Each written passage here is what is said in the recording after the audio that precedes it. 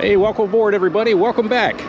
We have another unseasonably warm day here in southwest Ohio. It's about 60 degrees. We probably got about 15 or 20 miles an hour of wind, so there's quite a wind chill, so I'm still dressed rather warmly today. But it is a beautiful day to get out on the bike after not having been on due to winter conditions. Let me get past these people here.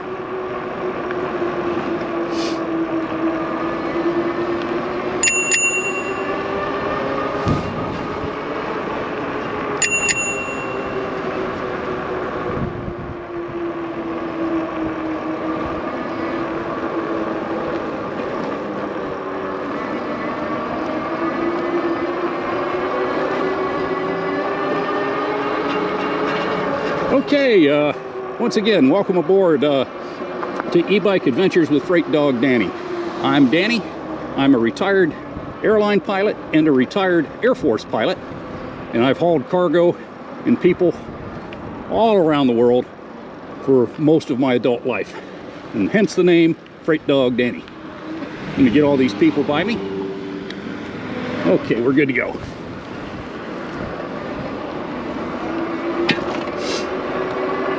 Yeah, like I said, the weather's been pretty disagreeable, although we have had a mild winter, but still too cold to get out on the bike on a regular basis. But with it being 61 degrees today, I couldn't resist. So here we are. And as you probably notice, I'm not pedaling. I do that while I'm on camera so as to avoid you having to listen to me huffing and puffing and swaying back and forth while I'm pedaling. But rest assured, when I'm not on camera, when I turn off the camera, and when I'm on the way home, I am pedaling to try to get some exercise. But this is going to be a relatively short video today, hopefully in the neighborhood of 15 or 20 minutes. And the subject of the day is an e-biker with his Parrot passenger got hit by a wild animal last fall out in Fort Kearney, Nebraska. And he's not even sure what it was, but it was most likely a deer. But it tore him up pretty bad. It damaged his bike. He got a trip to the emergency room and tore up his knee, got a big hole in his back. They had to examine him for a brain bleed. It swelled one of his eyes shut. And I will attach a link to the video, if not the video itself, so that you can see the news report on it. It's pretty wild story. I think it was pretty cool that the guy actually rides with his Parrot. That would be pretty cool. But he was riding in the middle of the night along a bike trail in Fort Kearney, Nebraska. And I assume it's on a bike trail. It could have been on a road in the park, but it was near some campgrounds. And it pretty well knocked him out. He barely saw a flash of brown. And naturally, the bird abandoned ship, took off, and he wasn't affected. But everything went black, and he woke up a little while later with his Parrot pecking at him to make sure he was okay. And he yelled for help a few times and didn't get any answer. So he finally decided if he was gonna, let me stop for this school bus here.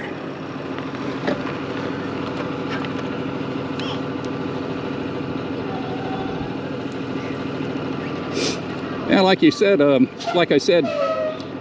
he decided that if he was going to get out of that situation, he's going to have to do it himself. So he packed up his bike and his Parrot. He walked to a nearby campground, and somebody took him home, and he went to the emergency room after that. But he's nonetheless for wear. It looks like he's going to be okay. He's not going to stop riding. He's going to continue to go out with his Parrot, which I still think is pretty cool. And I think it's pretty cool that the Parrot was pecking at him to make sure that he was okay as well. But yeah, you got to be careful out there, particularly on bike trails. A lot of the bike trails I've been on, you know, the vegetation goes right up to the edge of the trail. And so if a deer jumps out at you, you don't have any time to react at all. And I ride on a lot of country roads in the summertime with the corn, you know, 6 or 7 feet tall or more, going right up to the edge of a 2-lane road, but still a narrow 2-lane road. And if a deer comes out of the corn, you're not going to have any time to react. So you just got to really be careful out there and keep your head on a swivel. But yeah, if a deer hits you when you're on your bike, it's probably going to do some damage. Now the news report It was a TV news report out in Nebraska that reported on it. Didn't say that it was an e-bike, but they showed a picture of the bike, and it was a brand that I'd never heard of. I can't think of it off the top of my head, but I'll put a link down to it. But I looked up the website for the e-bike company, and they sell dual motor full suspension bicycles. And they're not a bad price. They look like they're pretty rugged. They're more of a mountain bike or a dirt bike, but they look pretty good. But it was definitely an e-bike. But nonetheless, it was a bicycle or an e-bike or even a motorcycle. It's not going to be fun if you get hit. Let me get in the left-hand turn lane here. And I got the right of way.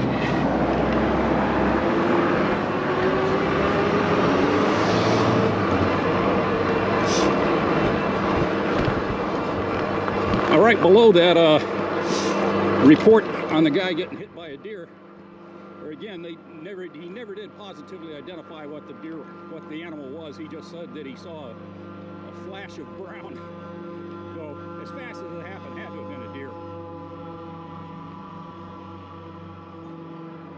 I'll see if I can turn down the decibels on that noise when I edit this video. But right below the entry for that news report, there was an article about state by state how likely you are to hit an animal of any kind. And so it ranked all of the states and the District of Columbia by your likelihood, statistically, of hitting some kind of an animal. And my state, Ohio, was number 22, and we do have a lot of deer. But like I said, the article didn't keep it limited to deer. You know, it was all kinds of animals. You know, we see roadkill around here all the time of possums and naturally domesticated cats and dogs and raccoons and deer. And I have hit 2 deer in the 30 years or so that I've been in Ohio. And the one time it did a couple $1,000 damage to my car, but we were okay. But anywho, I'll put a link to that article as well, because it's just interesting to see how your state ranks. Now, the state of Michigan, a couple of the western states, and Wisconsin and Minnesota ranked real high up on the list. And you know, they have some big metropolitan areas, but the further north you go in those states, you run out of farmland and you get into a lot more just state forest and national forests that are just teeming with wildlife.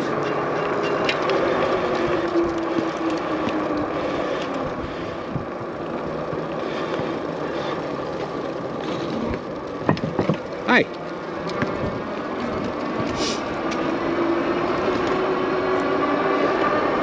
That's about all I had on my mind today. So what else can we talk about? Oh, just adding to our discussion on the animals. I've spent a great deal of time in my airline career up in Anchorage, Alaska, and I was based up there for several years as well. So I spent a lot of time sightseeing in Alaska, and I've taken my kids up there a few times on vacation as well. And on one trip where my daughter and son-in-law, I took them up there for their first wedding anniversary. And my son-in-law commented that he didn't see any roadkill at all out of all the driving that we did in the backcountry. And I had never noticed that, but my gosh, I guess you really think about it, with all of the predatory wildlife like bears up in Alaska, I guess if you run over anything on the road, it's not going to be too long before something drags it off and eats it. And also up in Alaska, you don't see a whole lot of little compact pick-em-up trucks like they used to have the Chevy Love pickup and some of the other ultra-compact pickups. You don't see any of those.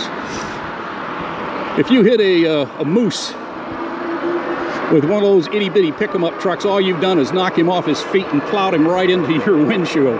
So you see a lot of big, heavy-duty four-wheel drive pickup trucks up there. So if you hit something big, it's not going to kill you.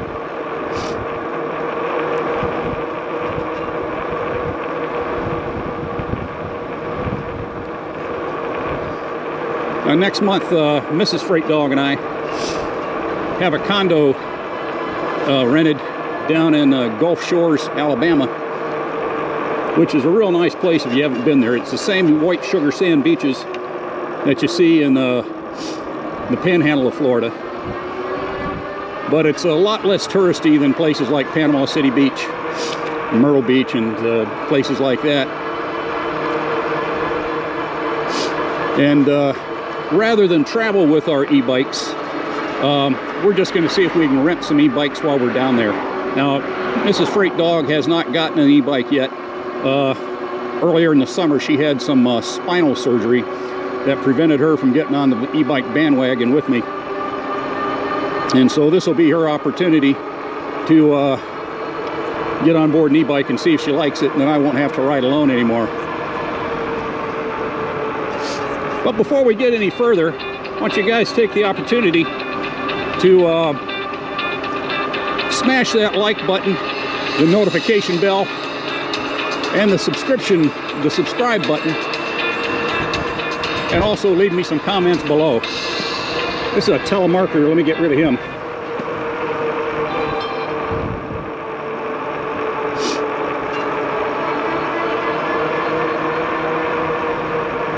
Yeah, like I said, it's 61 degrees or somewhere thereabouts, but I know we have a wind chill that's much colder than that because I'm beginning to feel uncomfortable already. So we're going to cut this ride short. We're going to come up here, go around the high school, and head back to my vehicle. So this is just going to be about a 25-minute ride today, and we'll end the video here in just a minute. Matter of fact, we may as well do it now. Thanks a lot for riding along with me, you guys. I really enjoy it, and I miss having you along. So hopefully the weather will continue to improve, and I'll be able to get out on the bike a lot more often and put these videos out for you. So on that note, thanks for watching, and we'll see you next time.